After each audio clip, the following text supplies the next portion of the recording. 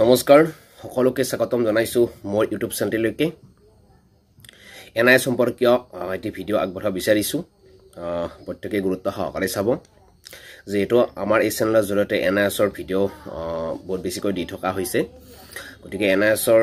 সম্পৰ্কীয় আজিৰ এই ভিডিওটো হ'বলৈ গৈ আছে কথাটো হল যে উচ্চতম ন্যায়ালয়ৰ ৰায়দানৰ পিছৰে পৰা আমি এনআইএছৰ খবৰবোৰ দি আহি আছো আৰু আজিলৈকে দি আহি আছো বৰ্তমানলৈ কি হৈ আছে কি হৈ থকা নাই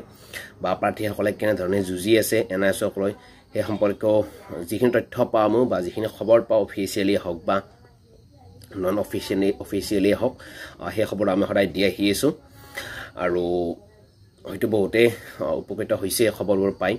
বহুতে খবৰ নাপায় আৰু সেই কাৰণে দিয়াৰ কাৰণে চেষ্টা কৰো যিখিনি খবৰ পাম এটা কথাটো হল যে মহামান্য উচ্চতম ন্যায়ালয়ৰ ৰায়দানৰ পিছত এনআইএছৰ প্ৰাৰ্থীসকলৰ যিটো সমস্যা হল এই সমস্যাটো হোৱাৰ পিছৰে পৰা প্ৰাৰ্থীসকল যথেষ্ট হতাশাৰ সন্মুখীন হ'বলগীয়া হৈছে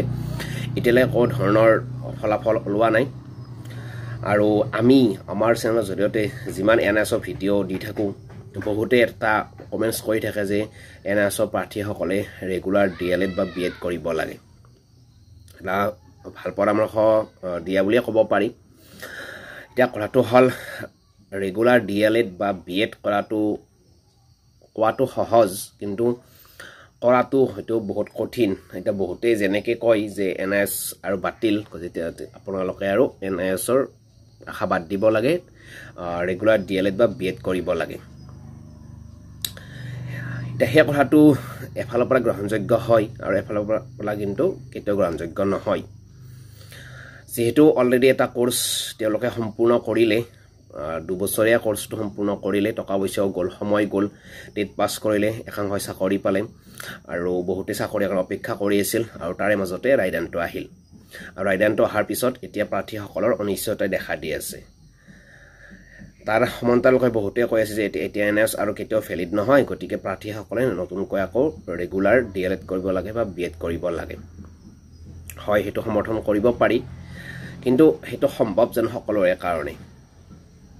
কিন্তু সকলোৰে কাৰণে সম্ভৱ নহয় অলৰেডি এই কাৰণে সম্ভৱ নহয় অলৰেডি বহুতে বয়স উকলি যাও হৈ আছে কিছুমানৰ টকা পইচাৰ অভাৱ কিছুমানৰ সময়ৰ অভাৱ কিছুমানৰ বিভিন্ন ধৰণৰ সমস্যা আছে গতিকে কথাটো কিমান দূৰ গ্ৰহণযোগ্য হেতু ক'ব নোৱাৰি কিন্তু কৈ দিয়াটো সহজ কিন্তু কিছুমানে কয় পৰামৰ্শটো আমি বেয়া বুলি নকওঁ হয়তো কিছুমানে টিকিং কৰিও কয় আৰু কিছুমানে ভাল পৰামৰ্শ দিয়ে কিন্তু সেই পৰামৰ্শটো কিছুমানৰ কাৰণে গ্ৰহণযোগ্য হ'ব পাৰে কিন্তু কিছুমানৰ কাৰণে কেতিয়াও গ্ৰহণযোগ্য এতিয়া আৰু নহয় নকলেই কথাখিনি যে এতিয়া আৰু সেইটো সময় নাই বা বয়স নাই কিছুমান সময় নাই কিছুমানৰ বিভিন্ন ধৰণৰ পৰিয়ালৰ সমস্যা বিভিন্ন ধৰণৰ সমস্যা এতিয়া আছে গতিকে আকৌ নতুনকৈ ডিএলএড বা বিএড কৰি আকৌ ৰেগুলাৰ কৰিব লাগিব সদায় ক্লাছ কৰিব লাগিব এন্ট্ৰেন্স দিব লাগিব এন্ট্ৰেন্স পাছ কৰিব লাগিব আজিৰ পৰা যদি 6-7 বছৰ আগতে হলহেতেন তেতিয়া হলে কিন্তু এই সকল প্ৰাৰ্থী হয়তো সম্ভৱ হলহেতেন কিন্তু এতিয়া আকৌ সেই বয়স এটা উকলি যাও কিছুমানৰ গুৰুত্বপূৰ্ণ সময় আহি পৰিছে কিছুমান পৰিয়ালৰ সমস্যা কিছুমানে যেতিয়া ডিএলএড কৰিছিল বহুত কষ্ট কৰি কৰিছিল গতিকে সেই পইচাখিনি আকৌ অথলে যায় নতুনকৈ আকৌ এন্ট্ৰেন্স দি ডিএলএড বা বিএড কৰাৰ তাৰো মানসিকতা আছে হয় পাৰা যায় যদি তেওঁলোকে সেই এনআইএছৰ সাৰ্টিফিকেট চাকৰি এটা কৰি থাকিলেহেঁতেন তেতিয়াহ'লে সম্ভৱ হলহেঁতেন বা ভালকৈ চাকৰি থাকিলেহেঁতেন কিন্তু যেহেতু সেইটোক লৈ আশা কৰি আছিল এনআইএছৰ সাৰ্টিফিকেটখনেৰেই মানে ডিএলএড কৰি টেট পাছ কৰি চাকৰি কৰাৰ এটা আশা কৰি আছিল আৰু সেইটো এতিয়া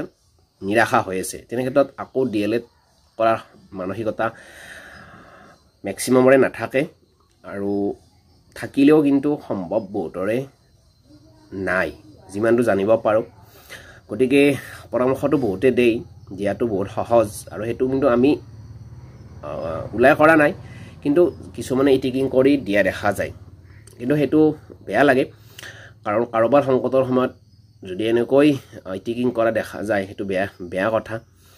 আশাবাদী যে এনআইএছ ভ্যালিড হওক কাৰণ এই সকল প্ৰাৰ্থীৰ কেতিয়াও